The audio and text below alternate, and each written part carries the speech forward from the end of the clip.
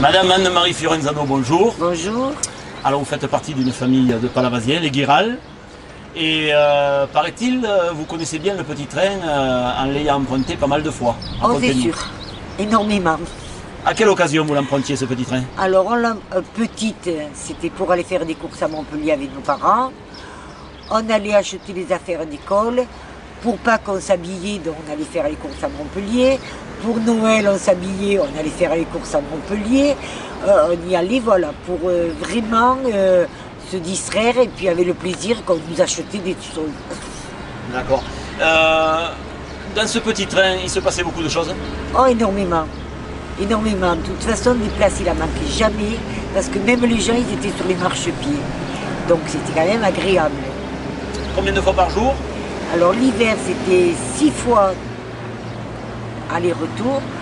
Et l'été, alors, un nombre incalculable de fois. Dès que le train il arrivait à Palavas, il repartait plein, et au vide, il repartait sur Montpellier et il revenait. Là, il venait souvent. Il y avait plusieurs arrêts, m'a-t-on dit. Oui.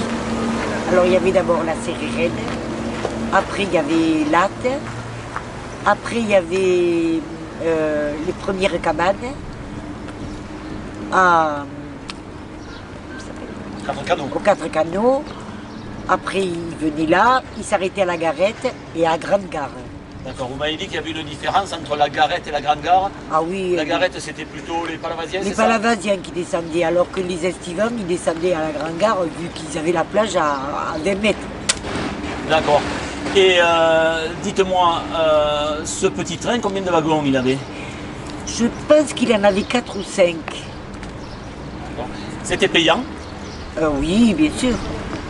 On donnait le ticket à l'entrée à un bonhomme qui était devant la porte et que maintenant il y en avait qui devaient le prendre en route et qu'ils n'ont jamais payé. En descendant à la Garette, il n'y avait personne qui nous prenait le ticket. Alors qu'à la Grande Gare, ils nous prenaient les tickets. Et l'avantage de ce petit train par rapport à la route qui desservait Palavas? Disons, ça dégageait déjà. Alors, on n'avait pas toutes ces voitures, hein.